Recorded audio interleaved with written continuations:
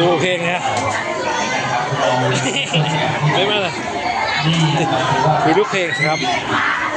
นะครับ100 คำสอนที่สู้ตัวนะครับคุณพ่อคุณแม่ว่าเป็นผู้ดีทำให้กับลูกให้กับหลานลูกหลานจะได้สืบทอดเนนหนาวแล้วเดินมือสั่นแล้วสืบทอดพระพุทธศาสนาให้พระพุทธศาสนาคุ้มอยู่สู้กับประเทศไทยของเราแล้วก็อยากพัฒนาดูเป็นอย่างสูงนะครับกับทุกท่านอาสมแล้วคนเนี่ยขโมยน้ำกินไม่พอคุณพ่อคุณแม่มาเจอแล้วนะคืองานการได้ยินเสียงหลังนี่น่าจะดีนะดูเพลงสิเพลงสั่นเขาลูกสาวเรียนลูกไหนมีความตั้งใจจะบวชเรียนก็คุณรอก็ติดต่อที่วัดอาสมชัยก็ทุกปีนะครับพระบรมราชินีนะครับมีลูกสาวเรียนที่เรียกว่าบวชแล้วที่สุดเนี่ยจากโครงการปีที่แล้วที่สลายลูกนะครับปีนี้มาสอบได้ทางวิทยาศาสตร์ชั้นเตครับตัวชั้นเอกหลายลูกนะครับโอ้ครับพ่อการบวชเรียนถือว่าเป็นปัจจัยอีกขั้นหนึ่งอีกก้าวหนึ่งนะครับที่จะเรียกว่าให้โอกาสนะครับลูกหลานนะครับผู้ที่มีฐานะที่จะไม่พร้อมทุกอย่างจะไม่ได้ไปเรียนรู้ทางการไปยืนหลังเนียนไปยืนหลังเนียนไปเรียนที่มีชื่อเสียงก็ในวัดเนี่ยมีชื่อเสียงโดยตลอดเลยผู้หลักผู้ใหญ่ผู้ปกครองอยากคิดวัดที่ผมนี้นั้นวัดไม่ใช่การเรียกสุดท้ายวัดอยากแก้เรื่องประจำวันให้กับทุกท่านที่นะครับเรียกว่าอยากให้ลูกหลานนะครับได้เข้ามาศึกษานะครับ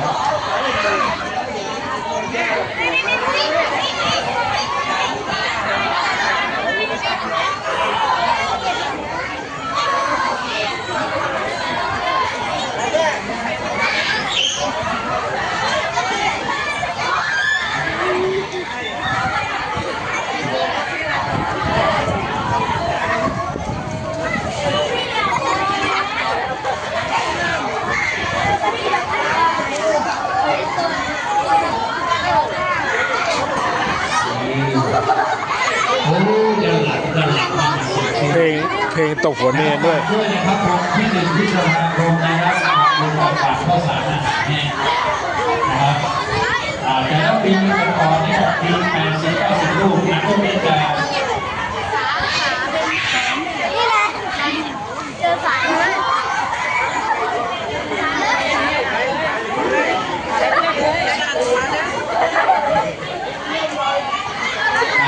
ลูกนี้ต้องมีความสุข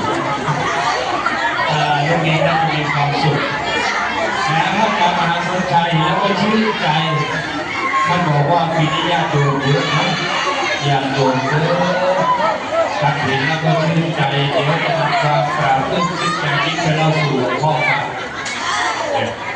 ไปเล่าสู่ฉะนั้นก็พระโมทนาบุญนะครับ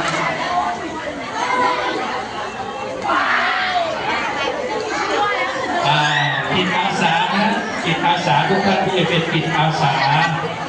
พอเสร็จงานแล้วจัดเก็บทั้งเก้าอี้นะแล้วก็กวาดพื้นงานจิตอาสานี่ก็สำคัญทำโดยไม่ได้ทำนี่ถือว่าจิตอาสาทำโดยนะครับไม่ได้บังคับนี่เป็นบุญเป็นกุศลอย่างยิ่งฉะนั้นจิตอาสาหล่อนอกจากว่าจะมาทำสุขใจแล้วพระวิทยากรทุกรูปเห็นรูปนี้แล้วมีความสุขก็ชื่นใจ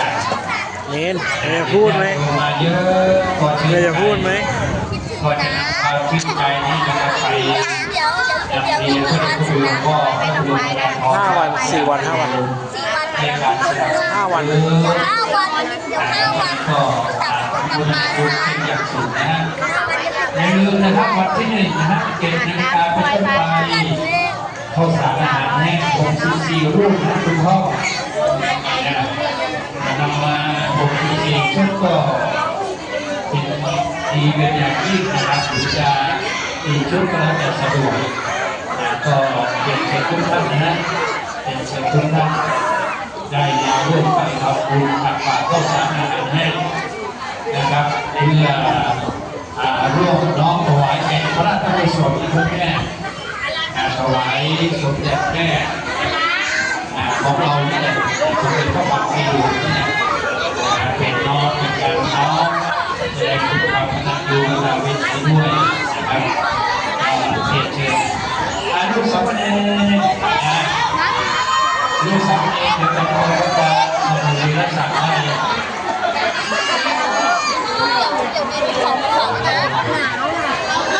คนเนี่ยของเนี่ย เอาไว้เนนก่อนเพลงไว้เนนน่ะไหว้ขอโทษก่อนเมื่อกี้ตกหัวเนนน่ะขอโทษค่ะขออนุญาตประชาสัมพันธ์ให้ทุกท่านได้อนุโมทนานะ